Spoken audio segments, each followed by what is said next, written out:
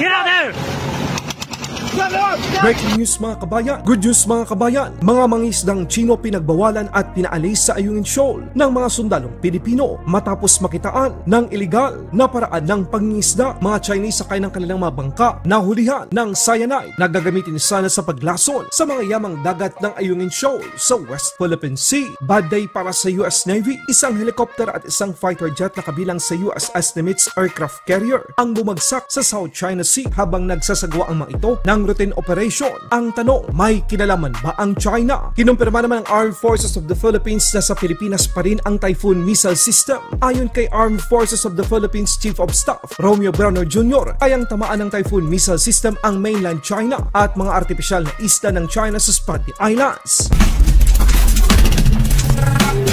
Sa West Philippine Sea naman mga kabayan, mga hinihilalang bote ng cyanide na samsam ng Armed Forces of the Philippines sa ilang Chinese fishing boat malapit sa Ayungin Shoal. Iniulat ng Armed Forces of the Philippines na napigilan ng Western Command ang mga Chinese fishing boat na magsagawa ng iligal na pangisda malapit sa Ayungin Shoal sa West Philippine Sea. Sa isang pahayag na ililabas noong Linggo ng gabi, sinabi ng Armed Forces of the Philippines na itinaboy ng Armed Forces of the Philippines ang hindi otorisadong Chinese fishing boat at binantayan malapit sa Ayungin Shoal. Noong ika-24 ng Oktubre, taong kasalukuyan, nadiskubre ng mga militar ng Pilipinas na ang mga Chino ay may dalang mga nakakalaso na kemikal na siyang gagamitin sana nila para makakuha ng maraming isda. Ang cyanide ay nakakalasong kemikal na papatay hindi lamang sa mga isda kundi sa mga yamang dagat na naapektado nito. Muli namang iginiit ng Armed Forces of the Philippines na lehitimo at alinsunod sa batas ang kanilang patuloy na presensya at pagpapatrolya sa West Philippine Sea upang matiyak ang seguridad ng mga tauhan nito, mapangalagaan ang teritoryo at maprotektahan ang yamang dagat ng Pilipinas.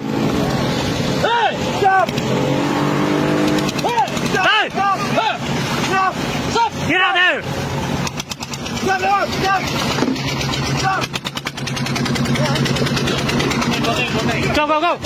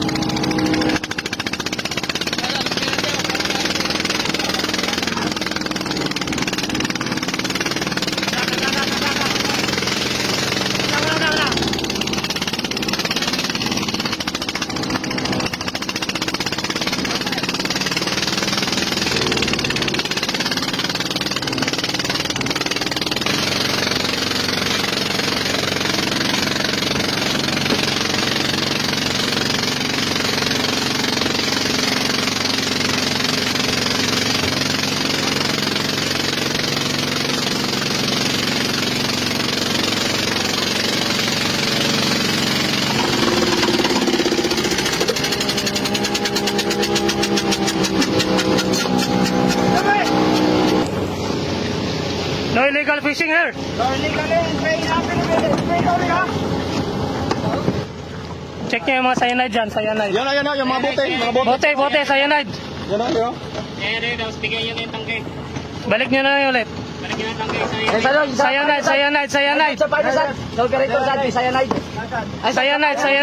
Balik nyo. Cyanide. Kunin mo cyanide. Bring out cyanide. Meron siya dyan inupan sa do. May tinatago siya dyan sa inupan niya. Meron pa siya tinatago dyan. Tinatago dyan saan? Talagayan yan. Tingnan niya pa, tinitignan yan eh.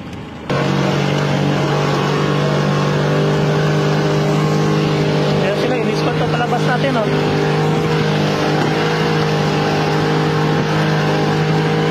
Sa ibang balita naman, kinumpirma naman ng Armed Forces of the Philippines Chief of Staff Romeo Browner Jr. na nasa Pilipinas pa rin ang Typhoon missile system ng Amerika. Si Armed Forces of the Philippines Chief of Staff Romeo Browner Jr. ay nagsabi na ang lakas talaga nitong Typhoon missile system dahil kaya nitong tamaan ang mainland China at mga artipisyal na isla nito sa Spratly Islands. Kung kayo ang tatanungin mga kabayan, pabor ba kayo na nasa bansa pa rin ang nasabing missile system na Hinihiling ng kinakatakutan ng China, China? Browner sir, na alisin po ang NCAP, yung mga Typhoon missiles na nakadeploy sa mga NCAP, EDCA NCAP tuloy. EDCA size natin, ayan. Ba't takot na takot sila sa mga sa EDCA at itong mga Typhoon missiles? Ano bang capability nitong missiles na nakadeploy dito sa EDCA at gustong maalis ng China mga ito, General Browner sir? Well, ang tawag po dito ay mga medium range capability. Meaning, pagka pinalipad po yung mga missiles na ito, ay aabot hanggang mainland China. hanggang mainland. At aabot rin po dun sa mga artificial islands sila. Kaya sila natatakot. Okay. Pero, para sa amin po, wala naman po silang pakialam dapat sa mga ginagawa natin dahil pinapalakas natin ng Armed Forces of the Philippines para madepensa natin ang ating bayan sa anumang mga bansa na gustong sumakop sa atin or gustong agawin yung mga teritoryo natin. It's not specifically targeting China, pero yung ginagawa po natin ay pinapalakas natin yung sarili nating armed forces. And itong mga missile systems na ito ay nandito po para i-train tayo. Dahil pag binili na po natin itong mga capabilities na ito, dapat ready na tayong gamitin itong mga ito. Pero sabi naman ng iba dyan, Browner sir, yan daw po ay magiging target ng China dahil nga dito sa EDCA sites na inilagay ng US. Alam nyo, Manong Deo, kung kahit na meron yung EDCA sites o wala, target pa rin tayo. Bakit? Dahil yung location po, okay. geolocation ng ating bansa. Strategic. Very strategic po tayo. Malapit tayo sa Taiwan, nasa gitna tayo. No? Yung pong nakaharang po tayo kasi yung dun sa mga labasan ng mga barko nila, going to the Pacific Ocean. Ayan.